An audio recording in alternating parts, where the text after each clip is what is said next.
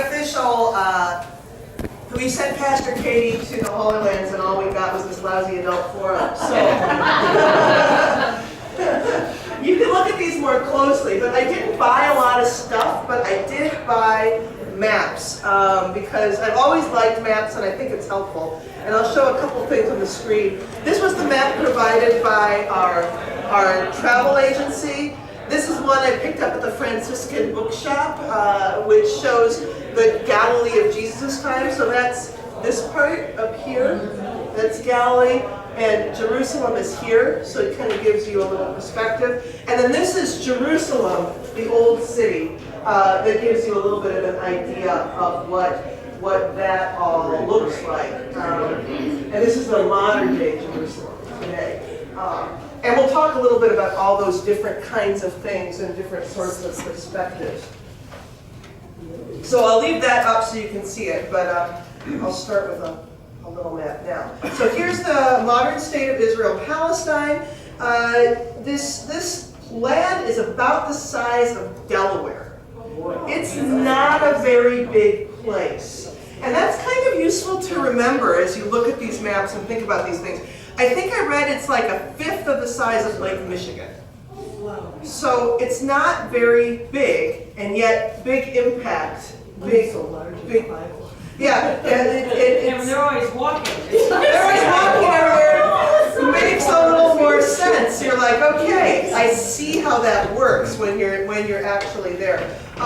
You can see that in the modern state there are divisions. There are territories that are autonomously governed by the Palestinians. There are areas that are fully under Israel's control. Of course, this image doesn't show the whole story because, especially in this area, there are lots and lots of settlements in the midst of this that Israel has control over. And Israel controls how these boundaries are permeated and what roads Palestinians can take and who can travel where. So just because you can travel to Jericho doesn't mean you can go to Gaza if you're a Palestinian. And that creates some problems and some issues that we'll talk about later. But that gives you an idea of what the modern state looks like, as opposed to here's what it looked like in Jesus' time. Gives you some ideas of some of the places that you hear about in the Bible. So you see Galilee up there, part around the Sea of Galilee, Samaria, the Decapolis, those 10 cities that are not Jewish. Judea, Perea, all these places that you hear about that are governed by various Romans and have various controls during Jesus' time. So this is one reason why pastors oftentimes I don't do this. I won't refer to the land Jesus lives in as Israel because it isn't. Right? That's a modern name and it has modern meanings that don't quite line up with our ancient viewpoint. I traveled with Good Shepherd Travel. It's a Palestinian Christian tour company, and they're guides that some of the people who run the company are in Texas, some are in Michigan, and some of them are in the Holy Land, where their people have been forever. It was an interesting thing that would happen as we go place to place. Our Palestinian guides would tell us that they would be asked sometimes by tour guides, who helped you become Christian? And they would say, you might know him, his name was Peter. Because they trace their lineage back that far. And they've not come from anywhere, they've always been here, and they live mostly within the tension of what happens to Muslim Palestinians. So they're lumped in with that group, which can make things very challenging for them. Our guides were, oftentimes their families had moved to America because they could, and it made it easier to live life because it's so challenging to live in this Holy Land. Travel is difficult, buying homes is difficult, the rules change a lot, and we'll talk about that more. But this is our guide Iyad. He was the one who said, this is where we are here right now. That was him. And he has degrees in architecture, in history, he's got a guide's license, he does all those kinds of things. Good Shepherd Travel does these tours every January for pastors, and Lutherans have discovered this, so it was a lot of Lutherans. I think there were 45 of us, and probably 30 of us were Lutherans. And all ELCA, a lot of us from Michigan. There were a couple of other people from other far-flung places. It was kind of fun. Some people I knew from the internet. I don't think I traveled with anyone I knew in person before. There were also 5 Christian Zionists, which was an interesting mix to be there, and I'll say more about that later. But here's Eyad, and he's standing. This is actually at Shepherd's Fields, which is the place where we remember the shepherds at the story of Jesus' birth. But when we got there, we started in a place called Tiberias, which is a main city on the edge of the Sea of Galilee. So, Sea of Galilee here. Tiberias is that big dot right there. So we flew in to Tel Aviv and drove up to Tiberias. And that was about an hour and 45-minute drive. And it was only an hour and 45 minutes because it was a Friday. Why does that make a difference? It was the Sabbath, right? Which meant that everybody had already gone home, or at least most people had gone home, because Friday is the first day of the weekend in Israel. Friday, Saturday are the days off. What do Christians do then? The Christian schools generally take off Friday and Sunday, which is interesting, and they go to school on Saturday to accommodate the world they live in. So we flew into Tiberias, because Tiberias is a great central location to see all kinds of things. This, Jesus in Tabka, thank you, is the site that's traditionally thought of as the place where the miracle of the multiplication of the loaves and fishes happened. So there's a Dominican church, German Dominican church, right on top of that site. This is something that happened a lot. We'd go someplace and I think, I didn't imagine that the places that Jesus was born would be covered with a giant Orthodox church. That's not the vision I had in my mind, but that's what it's like. This place is actually quite nice. The church is newer, and because it's a German Dominican church, I think in some ways it fits my sensibilities of what church should look like a lot. Our guides were sure to tell us, look, remember, a lot of different Christians are going to be coming together, and they're going to have different ways of doing things and different ways of worship. And we just make room for that and know that what we do seems weird to them, and we'll just live with that. As you can see, there's a big group of Africans who are here on pilgrimage. Their priests didn't wear shoes, and they were dressed like it was 110 degrees below zero. Because it was really cold for them. It wasn't that cold. It was in the 40s and 50s, but I think they really felt pretty chilly. Our guides made sure to tell us that there are some sites that there's archaeological evidence for them being places where Jesus and the disciples lived and worked and walked, and some places there just aren't. But there is tradition that holds these sites as holy. And this is one of those sites. A place where they have evidence that there have been churches for a long time, places where Christians came and worshiped, but of course they have not found fish bones. So that's important to remember when we go to these places. And one of those evidences that a church has been there for a long time, you see that cloverleaf looking thing? That's a baptismal font.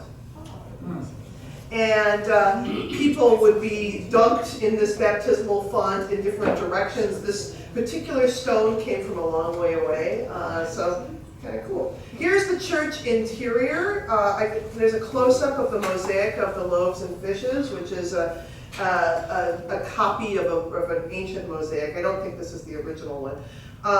You can see there's only 4 loaves in there. Where's the 5th loaf? Any guesses? Or it could be that those are good guesses. The classic is it's on the table. You see the altar back there? But that's the 5th loaf, and this is the miracle that keeps on giving. I thought that was kind of a cool image. And it's a little hard to see, but in front of the altar is a nativity. Say, wait, Pastor Katie, you were there in early January. Christmas was not over in the Holy Lands when I was there, because some of the Orthodox groups celebrate Christmas quite late.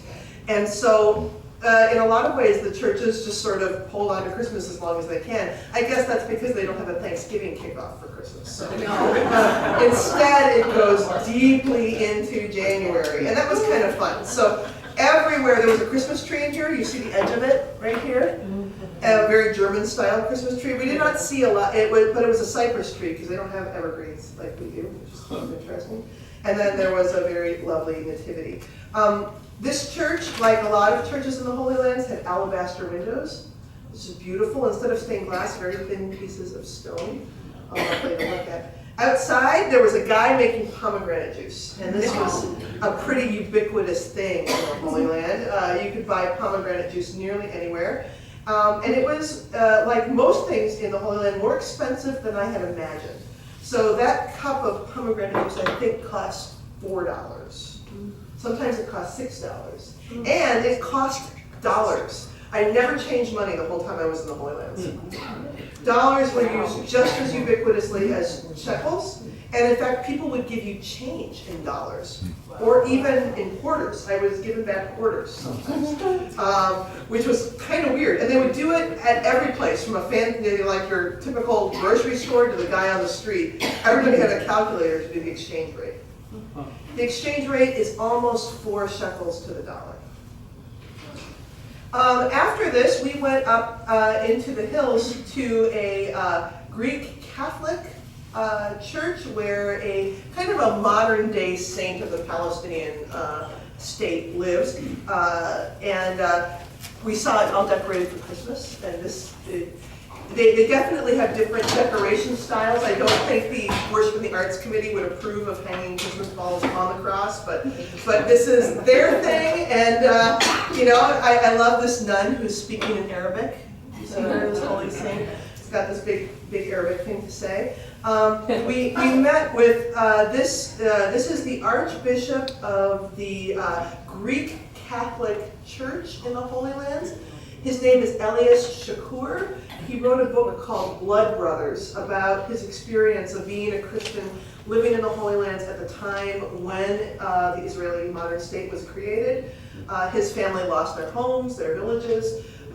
He talks a lot about his experience in the book. It was really interesting to read. Greek Catholic. Anybody ever heard of a Greek Catholic? Yeah, you did? I know, it's really, but this was another fascinating thing for me. Everywhere we went in the Holy Lands, I was meeting Christians and hearing about Christians that I had never heard about before. Like, for example, you'll notice that in Jerusalem, there's a whole Armenian quarter. How many Armenian Orthodox people do you know? I know a lot. You know a lot? You're one of the few of the proud. There's only about 1,500 of them left in Jerusalem today. But they have a lot of power there. And that was very interesting and useful for me to reflect on, because for our Palestinian guides, they know all of these different Christian subsets, like the back of their hand. What they don't really know about are Protestant Christian subsets. They have no idea what the difference between a Lutheran and a Methodist, or a Lutheran and a Christian Zionist is, which is part of the reason that we had our eclectic group. But I knew that these were our people because they served us coffee hour. You'll see that we were given little cardamom buns, and the coffee had cardamom in it. And it was very good and very strong, and a little scary for the Lutherans from Michigan. We then went up to the top of a ridge where Christians have long recounted this as the place where Elijah slew the prophets of Baal. So a happy place to go up and check out. Here he is with his sword and the head of a dead prophet under his foot. The interesting thing about this place, and this is one of the reasons why I was so glad that I went, is that this isn't really a mountain top, it's more of a ridge. And the way this ridge of mountains works is that the water from the Mediterranean Sea comes up and hits them, and then it rains all along in here. So, according to some archaeological evidence and history, this was a place of the worship of the god Baal, who was the god of fertility and water and all those kinds of things. So when Elijah says, I'm going to have my contest here, he's making a big point. This is home territory. And this is where he's going to defeat the prophets, by having the massive fire come down on his altar and then the rains come down. So anyway, interesting to be up there in this place that now the Franciscans run, because they run a lot of places. The reason they took us up there is because of the view. You can see that's the balcony we were standing on, and that's the view from the balcony. And we're looking down on, wait for it, Armageddon. This is the Valley of Armageddon. Doesn't look like a place of a final battle and a lot of suffering and damnation. It looks like a nice green place, which is what it was. It was a cloudy day, so we couldn't quite see far. They were pointing out all these mountains from the Bible that I couldn't see, so I'm not going to bother to try to tell you which one is which. But it was a neat place to go up to. A lot of Palestinians and Jews were up there picnicking. It was a nice day. It was like a big park up there. Very pleasant place. Then we went on to Nazareth. Nazareth, of course, the city where Jesus grew up. And here's the Sea of Galilee. Nazareth is all the way over here. So it's kind of a hall, right? It's not exactly, I always pictured Nazareth as sort of right on the shore, but that's not where it is. It is relatively close to, these are major Roman roads. And these are minor Roman roads. And so you can see it's not too far from those kinds of connections. And it helps make a little bit of sense about why Jesus' fame spread throughout the land. The Roman road connected it. So people could hear about these stories and come and meet Jesus wherever they came from. Like in all places, it was Christmas in Nazareth. They had all these fake trees that were made out of metal, usually. And looking down that way past those cars, that's a 4th century synagogue back there. Like the synagogue where Jesus did our reading for the Sunday. We did not get to go there. It was so close. But I was going to be very good and stay with the group, right, Marilyn? That's what we want, stay with the group, right? That's right. So I did that, I stayed with the group, but I looked at it right there. Because we spent a lot of time here. This is the Church of the Annunciation, or Basilica. It's a giant Catholic church dedicated to Mary. This is the view of the upper church. A lot of these big Catholic churches have an upper level where there's a modern church, and a lower level that's more the archaeological site. And there's a chapel usually there. So it's kind of interesting to compare and contrast. The upper level was filled with all of these alcoves. You can sort of see them suggested on the sides, where there was art from all over the world depicting Mary. And there was a courtyard with more art depicting Mary. And like in many of these sites, they were all mosaics. People don't do painting when you're in the Holy Land, you make it out of stone. So that's pretty cool. Here there was a labyrinth outside that felt very modern. Here's some close-ups of some of those pieces. This one in the terracotta, that's a Canadian work. And the one next to it, that's the American Mary, which I really like. Here's some of the mosaics outside. There's Korea and Spain represented. You see their different looks. This one I thought was just so appropriate. Do you notice how the Pope is larger than Mary? Like he's sort of doing her a favor by being there? That's probably enough commentary on that one. This is supposed to be, is recalled by Christians as the site where the angel Gabriel came to Mary, in this little house that's now deep underground and under the whole church. It's a natural cave that people turned into a home. And if you peek through the bars, like those people are, that's where you see there's an altar there. And they've got in Latin, my Latin, I loved that everything was in Latin because I could follow along at home. You know, my Latin came back to me. If it was in Arabic, I would have been lost. But everywhere it said, the Word became flesh. Let the Word become flesh. Which is pretty cool considering where we were. The reason that they are reasonably sure that this could be Mary's home is that since the 3rd century, Christians have thought of it as that. There are all kinds of evidence of different mosaic floors for different churches that gradually got bigger over time in this spot in Nazareth. There are other places in Nazareth you can go visit that we didn't get to. There's a well that has provided the water for Nazareth since about forever. I would have loved to have gone there. That would have been cool because, you know, Mary and Jesus probably went there. It's the well, after all. There's a place that's thought of as Joseph's home in Nazareth. Nazareth is a big place. It's a mini metropolis. This church alone, the Basilica, probably encompasses the entirety of what was Jesus' hometown. And there's all kinds of excavations under it. Here's the most important part, some of the things we ate. Every night there would be this kind of a spread that's eggplant and pineapple, and there were so many salads that I mostly did not eat dinner in Tiberias because there were too many good things to eat. Then we toured around Galilee. Here's the Sea of Galilee. Giant, isn't it?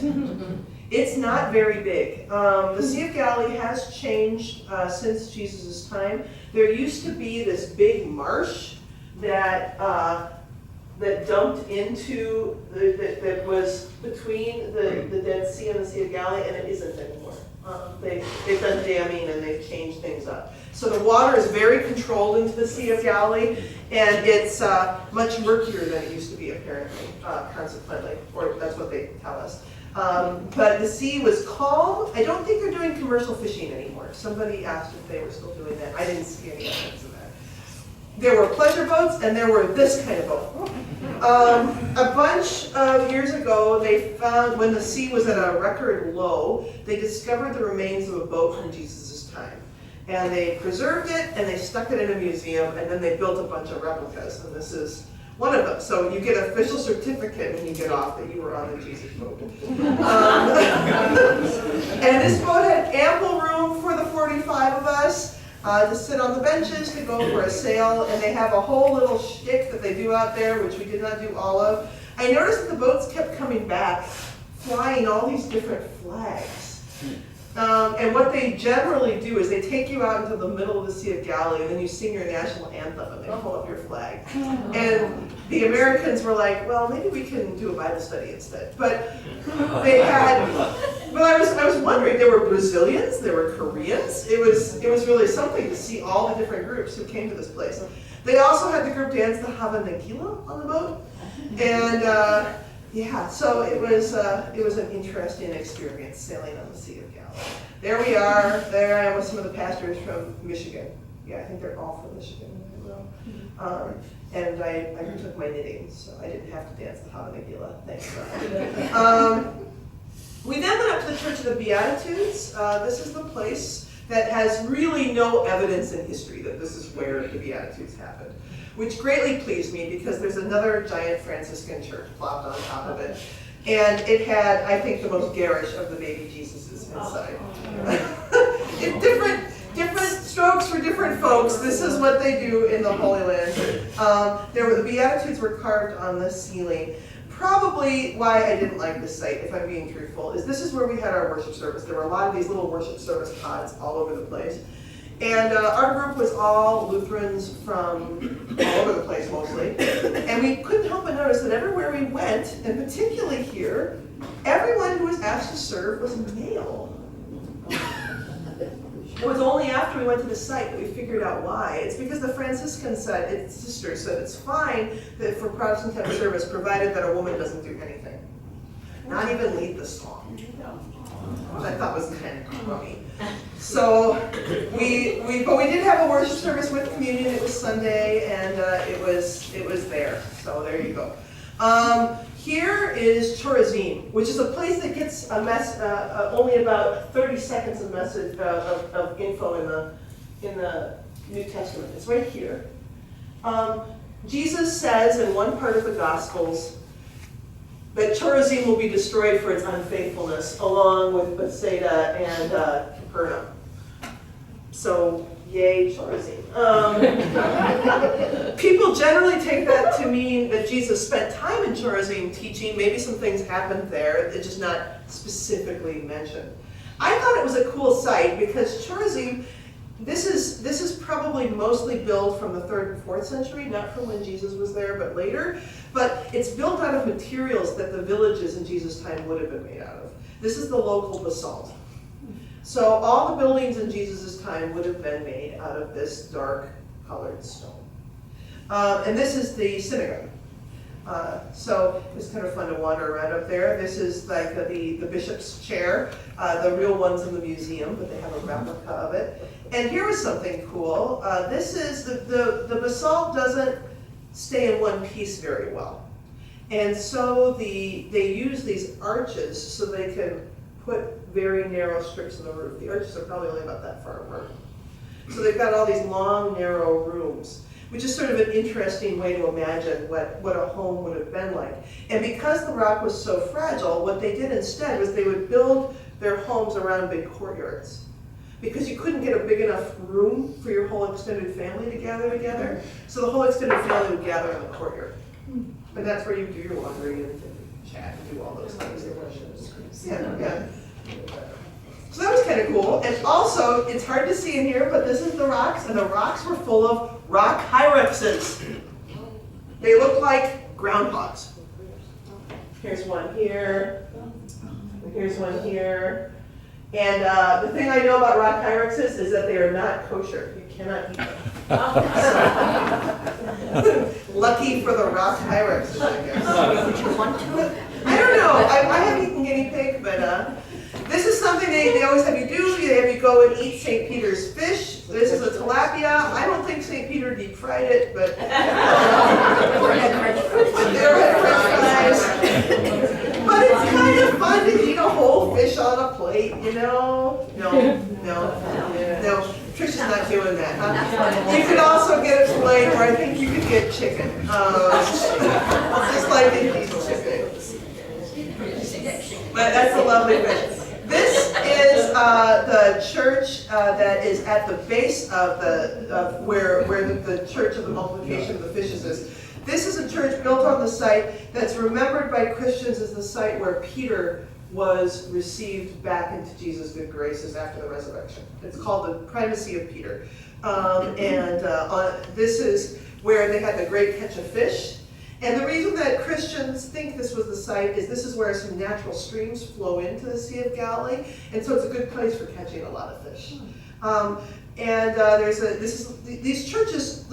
Some of these churches are quite small, like the Church of the Beatitudes. It is not big enough to have a real service in. You can have some individual meditation time, but you really can't have a regular church service. This is a similar kind of tiny church.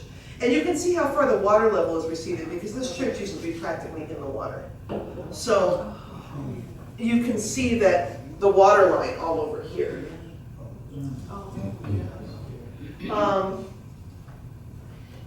So we went down to the beach, which was cool. That was actually pretty fun to walk along the Sea of Galilee. There I am. There's little shells there that you can pick up. The water is lapping in. This is one of those places where you're like, yeah, this could be it. This is what it was like for Jesus. That was a neat place to hang out. We then went to Capernaum, which gets a lot of mention in the Bible.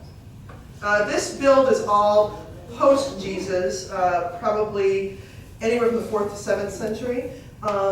You can see it's made of this white stone. This was the synagogue. And you can see that in some places there are some of those dark stones that were built out. This is inside the synagogue. So you can see it's quite large, this particular synagogue. And there are interesting carvings. You can see the Star of David that was up on a pediment. And see that funny, like, sort of scribble-scrabble? That was on the floor in the next room where the synagogue school would have been. So this is what kids did between lessons. They played checkers, or the ancient equivalent thereof. Cool, huh? These are remnants of mosaic floors in various churches over the eras. This was the mosaic in the floor of the original church that's been reproduced that they think was Peter's mother-in-law's house, where he healed Peter's mother, where Jesus healed Peter's mother-in-law. This was the mosaic they found, and it's now in a museum. Here's this round thing is the church built on top of what would be the remnants of Peter's mother-in-law's house, which are those 3 black stones, maybe 5 of them. You see them right here? There are just a handful of black stones. That's what was probably the original church, the original house. The rest of this is new build that continually gets bigger. And squatting on top of it is a giant Franciscan spaceship that we did not get to go into because there was a mass going on. So that was Capernaum. Then we moved from Tiberias and went to Bethlehem.